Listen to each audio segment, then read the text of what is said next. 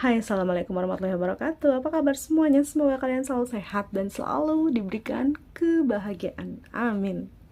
Kali ini aku pengen bahas tentang sebuah kasus dari negara Jepang yang cukup miris dan kayak nggak sanggup gitu loh.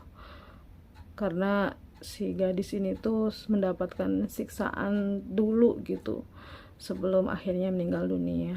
Junko Furuta merupakan gadis cantik asal Misato, prefektur Saitama dan sangat populer di sekolahnya, SMA Yashio Minami. Kasus ini terjadi pada akhir 1980-an. Kepopuleran Junko Furuta ini ternyata mengantarkannya menjadi korban penculikan, penyiksaan, pemerkosaan, dan juga pembunuhan oleh remaja lelaki yang memiliki koneksi dengan Yakuza. Junko Furuta adalah gadis asal Misato, prefektur Saitama, dan sangat populer di sekolahnya SMA Yashio Minami. Awal nelangsanya Furuta ini dimulai ketika seorang lelaki bernama Hiroshi Miyano yang punya reputasi sebagai tukang bully dan memiliki koneksi juga dengan Yakuza, ini tertarik kepada kecantikannya si Junko. Biasanya Miyano dan kawan-kawan menyukai perempuan yang nakal, suka minum, alkohol, merokok, atau juga pakai narkoba, seperti yang mereka juga lakukan. Tapi justru anak baik-baik seperti Junko Furuta ini itu akan direndahkan oleh geng seperti itu. Namun suatu hari Miyano ini membuat pengecualian ya. Ia tertarik kepada parasnya Junko. Miyano menyatakan cinta nih, namun sama si Junko ini menolak dengan alasan ia sedang tidak berminat untuk berpacaran. Selama ini semua siswa di sekolah menaati kemauannya si Miyano, apalagi kalau bukan karena mereka takut nih kepada teman-teman Yakuzanya si Miyano. Jadi si Miyano dan koneksi Yakuzanya ini pamer kekuasaan ya, dengan cara menebar dan mengeksploitasi ketakutan orang lain. Sehingga penolakan dari si Junko ini membuat Miyano marah besar. Duh, gimana ya? Untuk yang ini tuh kayak kenapa sih gitu. Pada malam hari pada jam 8.30 di tanggal 25 November 1988, Furuta pulang dari pekerjaan paruh waktunya dengan menaiki sepeda. Sayangnya saat itu Miyano dan juga Nobuhiro Minato, kawannya ini sedang berkeliaran di Misato untuk merampok dan juga memperkaos wanita lokal. Mereka kemudian melihat si Junko ini yang mengendarai sepeda atas perintahnya si Miyano nih. Minato menendang sepedanya si Furuta hingga gadis itu terjatuh. Lalu Minato kabur sementara Miyano ini berpura-pura baru datang dan juga menawarkan diri untuk mengantarkan Furuta pulang ya. Furuta tak menolak sih, namun ternyata nih ia diarahkan ke sebuah bekas gudang yang juga nggak jauh dari si lokasi jatuhnya si sepeda si Furuta. Miyano mulai melancarkan nih ancaman, memamerkan kekuasaan dengan kembali menyinggung koneksinya dengan Yakuza. Oleh Miyano, Furuta kemudian dibawa ke hotel dan menghubungi dua orang temannya, yaitu Jo Ogura dan juga Yasushi Watanabe. Minato ini menyusul dan keempatnya membawa Furuta ke rumah orang tuanya si Minato di distrik Ayase Adachi. Miyano dan ketiga kawannya ini punya rekam jejak pemerkosaan ini terhadap perempuan secara beramai-ramai gitu ya. Tadi sih. Para laki-laki itu mengatakan kepada Furuta bahwa mereka tahu nih di mana Furuta tinggal dari buku catatan yang ada di tasnya dan juga mengancam bahwa Yakuza akan membunuh keluarganya jika dia berusaha untuk kabur. Pada tanggal 27 November, orang tua Furuta mengontak pihak kepolisian karena anaknya ini nggak kunjung juga pulang. Lalu nggak lama berselang ada telepon dari si Junko. Ternyata untuk menghindari pencarian oleh polisi, Miyano memaksa si Furuta ini untuk berbohong bahwa dirinya sedang menginap selama beberapa hari ini di tempat teman, dan juga ia meminta nih agar si polisi menghentikan pencarian tentang dirinya gitu. Sementara ketika di rumahnya si Minato, orang tua Minato ini nggak curiga karena Furuta dipaksa untuk mengaku sebagai pacar dari salah satu si penculik tersebut. Meskipun nggak sepenuhnya percaya, keluarga Minato memilih untuk diam sebab takut juga nih dengan si Yakuza kenalannya si Miyano ya. Minato juga adalah remaja yang bersikap cukup kasar kepada kedua orang tuanya juga gitu. Jadi ya orang tuanya ya udah diem aja gitu. Di rumah itulah selama kurang lebih 40 hari ke depan Furuta berkali-kali mendapat penyiksaan yang tingkat kekejamannya melewati logika kemanusiaan ya. Ini agak sadis ya. Bukan hanya oleh keempat lelaki itu, tapi teman-teman Yakuzanya juga sering diundang untuk turut menyiksa Junko. Laporan resmi pengadilan Jepang mencatat penyiksaan dengan detail yang dinarasikan ulang oleh media massa setempat. Aku takut sih. Sedih soalnya. Jadi menurut laporan persidangan kasus ini, Furuta diperkaos sebanyak lebih dari 400 kali secara bergilir oleh para lelaki itu.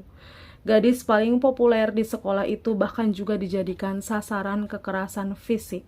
Seringkali ia dipukuli tubuhnya juga digantung di atas plafon dan diperlakukan seperti karung tinju, dan gak jarang perutnya itu dihantam oleh barbel.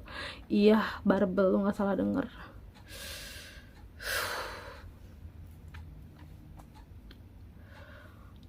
Oleh para lelaki keji itu ya, ia juga dihantam terus-terusan gitu. Furuta ini dibuat juga kelaparan, dan ia juga dipaksa makan kecoa hidup atau meminum urinnya sendiri. Beberapa bagian tubuhnya dibakar seperti ditempeli lilin panas atau dibakar dengan rokok dan korek api. Bahkan beberapa bagian tubuhnya ini dimutilasi atau ditusuk jarum jahit. Dalam kondisi yang demikian, aku sesak napas dengerinnya ya Allah. Tarik napas, buang pelan-pelan. Oke, siap. Dalam kondisi yang demikian brutal, Junko dipaksa untuk bermasturbasi di depan para pelaku. Benda-benda asing yang gak masuk akal juga dimasukkan ke kemaluannya dan ke anusnya, sehingga mengakibatkan pendarahan yang hebat. Kurang lebih 16 hari masa penyekapan si Junko, ada seorang pria yang diintimidasi oleh para pelaku untuk memperkaos Furuta, melaporkan insiden itu ke saudaranya. Saudaranya pun meminta orang tuanya untuk memanggil polisi dan memeriksa rumah si Minato. Tapi sayangnya nih ya, dua polisi yang bertugas mengatakan ini dua polisi yang bertugas ini mengatakan nggak ada gadis di rumahnya si Minato. Ini gimana gitu, gemes banget ya Allah. Itu masih puyeng pala gua.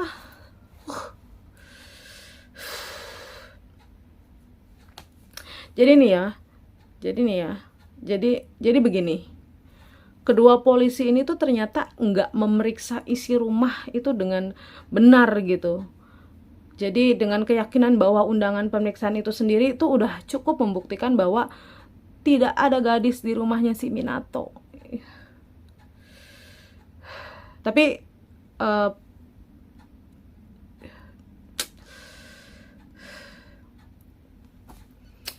pada Desember 1988, setelah 1 bulan berada dalam penyekapan, Furuta mencoba menelepon pihak kepolisian. Tapi upayanya ini gagal karena ketahuan oleh si Miyano. Furuta kemudian dihukum, kakinya juga dibakar, sementara anusnya juga dimasuki botol besar hingga mengalami pendarahan dan kejang-kejang.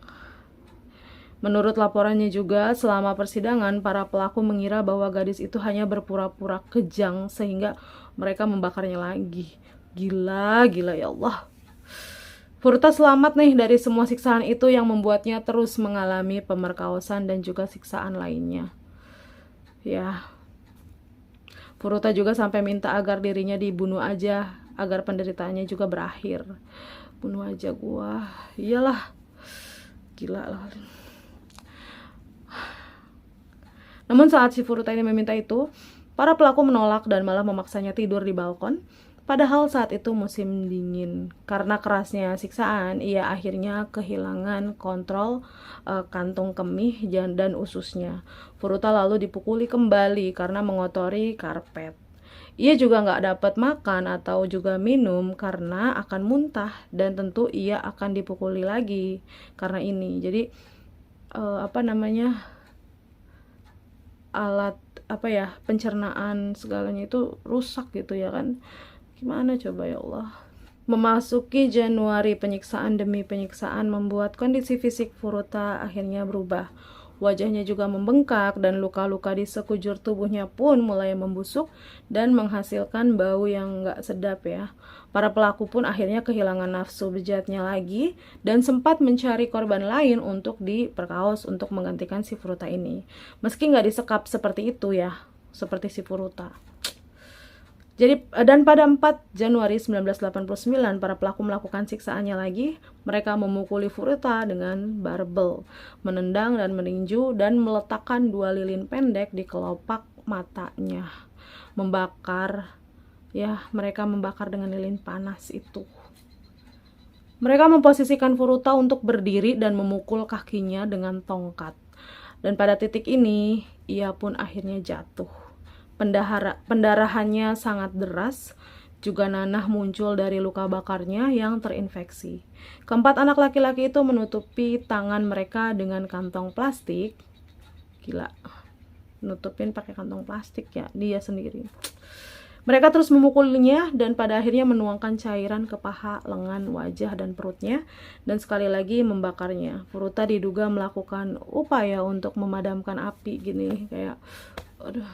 Tapi udah tubuhnya udah lemah gitu ya, jadi nggak terlalu responsif gitu loh. Jadi kayak yang udah gini-gini, ya Allah, gila nggak sih?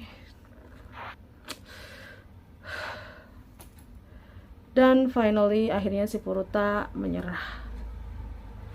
Iya gengs, Furuta akhirnya meninggal setelah serangan yang berlangsung selama 2 jam pada hari itu. Bagaimana nih si pelakunya nih? Karena takut ketangkep polisi, para pelaku kemudian membungkus tubuhnya Furuta dengan selimut, menempatkannya di drum bervolume 208 liter, dan mengisinya dengan semen basah.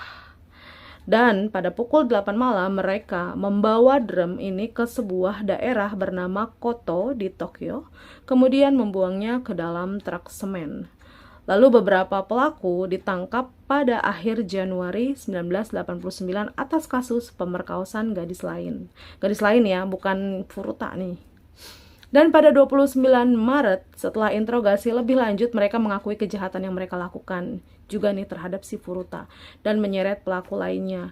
Jadi nih, kenapa bisa tahu? Karena drum berisi tubuhnya si Furuta ini ditemukan keesokan harinya pada 30 Maret 1989. Karena ada orang yang menemukan bahwa mencurigakan banget nih drum ya. Kalau drumnya berisi semen tapi ada sejelimit rambut-rambut gitu loh. Jadi rambutnya itu kelihatan gini gitu. Di atas, pokoknya di drum itu. Jadi dicurigain lah itu. Gila nggak? Coba bayangkan. Sedih betul ya Allah. Tak lama berselang, pengadilan atas kasus ini dimulai dengan mendatangkan seluruh pelaku, namun vonis terhadap si pelaku ini dirasa nggak adil dalam pandangan masyarakat ya. Apalagi yang paling ringan ini adalah hukuman penjara 7 tahun saja. Sementara yang terberat hanya 20 tahun. Hakim kesulitan nih memenuhi tekanan publik sebab para pelaku ini masih di bawah umur, guys, ceritanya. Emang iya sih, di bawah umur, bukan ceritanya. Junko Furuta dimakamkan pada 2 April 1989. Keluarga dan teman-teman dekatnya hadir di sana bersama kesedihan yang mendalam. Ya Allah. Kisah tragis Junko Furuta, gadis paling cantik di sekolahnya, abadi dalam karya seni novel, film, hingga lagu. Semoga tenang di sana ya, Junko Furuta. Amin. Oh ya, tambahan nih tentang kasus ini. Kedua polisi yang waktu itu ya, yang dia datang ke sana tapi ternyata dia bilang katanya nggak ada itu, juga pada akhirnya tuh dipecat karena tidak menjalankan tugas sesuai prosedur.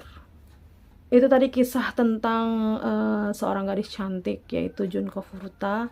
Semoga jadi pembelajaran dan juga semoga Junko juga tenang di sana ya. Karena ini kasusnya sangat tragis dan aku yakin banget dalam 40 hari itu adalah hal buruk yang cukup panjang. Bukan cukup ya, tapi sangat amat panjang gitu. Kasihan banget sih, ya Allah, miris banget sih Junko, ya Allah. Semoga tenang di sana ya Junko ya. Amin. Oke, itu aja video dari aku. Semoga kalian suka. Jangan lupa diklik like-nya jika suka ya. Kalau misalkan gak suka ya udah skip aja. Oke. Terima kasih dan assalamualaikum warahmatullahi wabarakatuh.